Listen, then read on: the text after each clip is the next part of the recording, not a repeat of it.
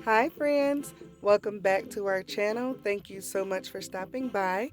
This is the final video in my Cook With Me Thanksgiving Edition series. So if you've hung out with me this long, thank you so much for the support. So in this video, I'm going to show you how I make my homemade giblet gravy. So as you can see, the first thing I'm starting with is a base. And this is actually chicken broth. This chicken broth came from chicken thighs that I cooked in my Instant Pot probably about 2 weeks ago. And I decided to save it to use just for Thanksgiving. So after the broth cooled, I strained it and then put it in the freezer. And I thawed the gravy out Thanksgiving morning, and now I'm gonna make my gravy. This was the last thing I needed to cook on Thanksgiving Day. So this is what you get to see me make. So right now I'm just cutting up some giblets from the turkey, and you can see I'm cutting it and putting it directly into the gravy base. So you'll see me put in bits of giblets. Here's just little bits of turkey that I'm putting in there. Some people like to put hard-boiled eggs, just cut up some or chop up some hard-boiled eggs for their giblet gravy. I myself do not, because I'm not that big a fan of eggs in general. I very rarely eat them, and boiled eggs are probably my least favorite. The only way I can actually eat them is deviled eggs, if that makes sense. So right now I'm just, finishing up cutting this turkey, and it's dark meat turkey, which tends to be a little more moist than the white meat, than the breast and the wing. So, and I'm just giving it a little stir just to see how much more I need to add to the base.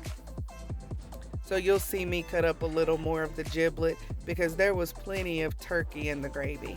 Now I'm gonna add a little more of the giblet in there.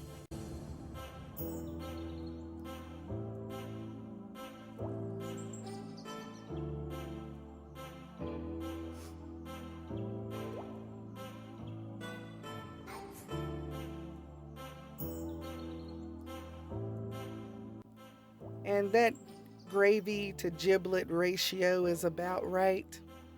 At least I think so.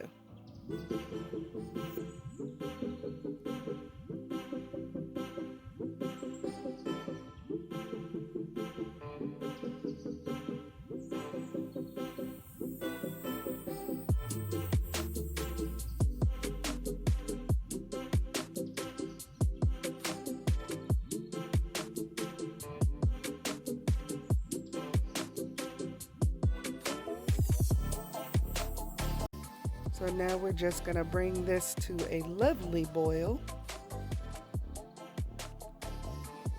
It's boiling really well.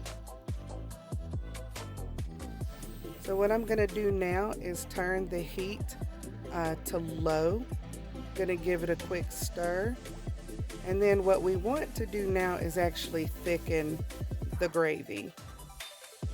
And I'll show you how I thicken my gravy.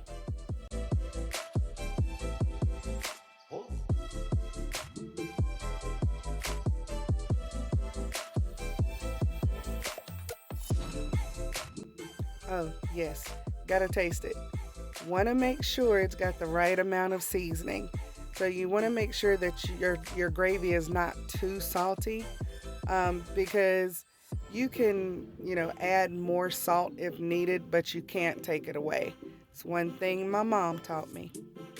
You never want to over season your food.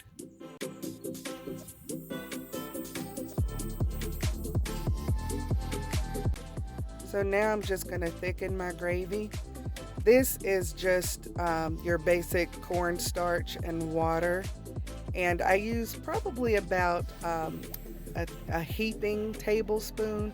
And a heaping tablespoon is a tablespoon that's got like a huge mountain of something on it. In this case, it's cornstarch. So it's a heaping tablespoon of cornstarch and water.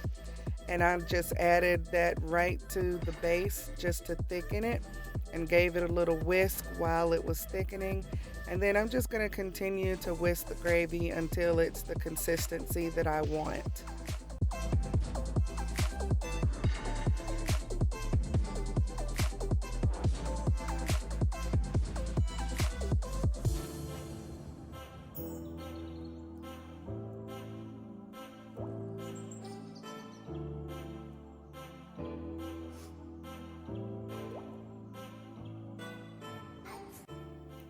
So the last thing I'm going to add are a few drops of the yellow food coloring.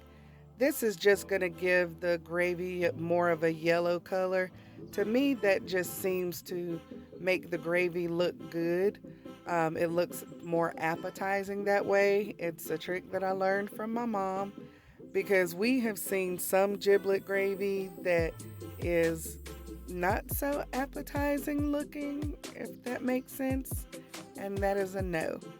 So the gravy is good to go, and now I'm just gonna let it sit and let it just stay warm. Now here's a final look at what we had for Thanksgiving. White meat and dark meat turkey.